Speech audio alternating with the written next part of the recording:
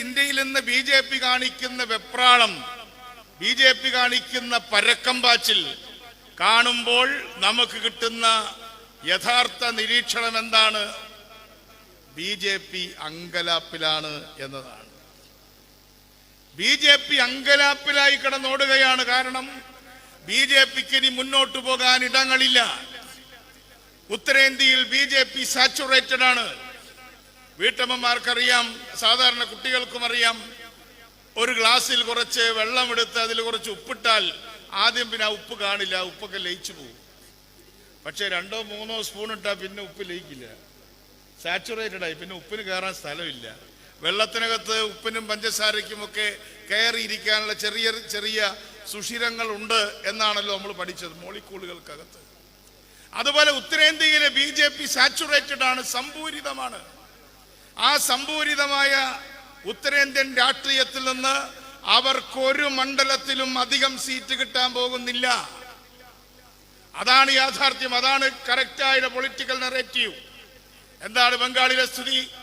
ബംഗാളിൽ ഇപ്പൊ മമതാ ബാനർജി ഒന്ന് വീണു, അതൊന്നും പ്രശ്നമൊന്നുമല്ല. അവിടെയുള്ള 42 സീറ്റിൽ 18 സീറ്റ് ബി ജെ പിയുടെ കയ്യിലാണ്. പക്ഷെ ആ 18 സീറ്റിൽ ഒരു 4-5 സീറ്റ് പിടിക്കാനേ ബി ജെ പി ശ്രമിക്കുന്നുള്ളൂ. ബാക്കി മുഴുവൻ സീറ്റും മമതാ ബാനർജിയുടെ കയ്യിലേക്ക് പോകാനിരിക്കുകയാണ്. അവിടെ ഇടതുപക്ഷ ജനാധിപത്യ മുന്നണി 34 വർഷം ഭരിച്ചെങ്കിൽ അവർക്കൊരു 34,000 വോട്ട് കിട്ടുന്ന മണ്ഡലം പോലും ഇന്ന് ബംഗാളിലില്ല.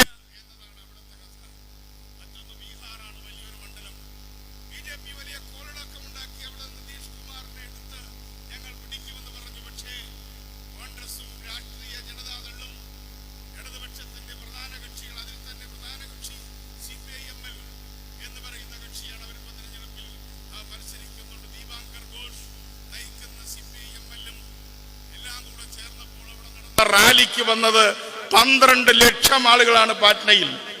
പാറ്റ്നയുടെ ഗാന്ധി മൈതാനം ഒരുപാട് റാലികൾ കണ്ടിട്ടുണ്ട്. പാറ്റ്നയുടെ ഗാന്ധി മൈതാനം കണ്ട ഏറ്റവും വലിയ റാലിയായി ബി ജെ പി വിരുദ്ധ റാലിയാണ് പാറ്റ്നയിൽ നടന്നത്. യു പി സ്ഥിരം ബി ജെ പിക്ക് എഴുതി കൊടുത്തതാണെന്നാണ് ധാരണ. കാരണം വോട്ടുകൾ വിഭജിതമാണ്. ഒരു ഭാഗത്ത് BSP, മറുഭാഗത്ത് SP, പിന്നെ കോൺഗ്രസ്, BJP, അങ്ങനെ കൃത്യമായി ഭിന്നിപ്പിച്ചു വച്ചിരിക്കുകയായിരുന്നു. പക്ഷേ SP കോൺഗ്രസ് അലയൻസ് ഇന്നൊരു വർക്കിംഗ് അലയൻസ് ആയി മാറിയിരിക്കുന്നു. നമ്മുടെ നാട്ടിലെ പോലെയല്ല, കൊലീഷൻ ഉണ്ടാക്കിയാലും വോട്ട് ട്രാൻസ്ഫർ ചെയ്യില്ല. പക്ഷെ ഇത്തവണ 2 കൂട്ടരും വോട്ട് ട്രാൻസ്ഫർ ചെയ്യുന്ന അലയൻസിലേക്ക് വന്നിരിക്കുകയാണ്. പഞ്ചാബിലും ഡൽഹിയിലും ആപ്പും കോൺഗ്രസും തമ്മിൽ അലയൻസ് സമ്പൂർണ്ണമാണ്. ഹരിയാനയിൽ BJP തകർന്നു വീഴുകയാണ്. മഹാരാഷ്ട്രയിലും ഇതേപോലെ ഭിന്നിപ്പിച്ചു. പക്ഷേ ആ ഭിന്നതയൊന്നും വലിയ കാര്യമായിട്ട് ഏശിയിട്ടില്ല എന്നതാണ് അവിടെ നിന്ന് കിട്ടുന്ന റിപ്പോർട്ടുകൾ. അങ്ങനെയാണ് ദക്ഷിണേന്ത്യയിലേക്ക് വരുന്നതിന് മുമ്പ് അതുപോലെ തന്നെ മധ്യപ്രദേശിലും രാജസ്ഥാനിലും നമുക്ക് ഏതാനും സീറ്റുകൾ മാത്രമേ ഇപ്പോഴുള്ളൂ.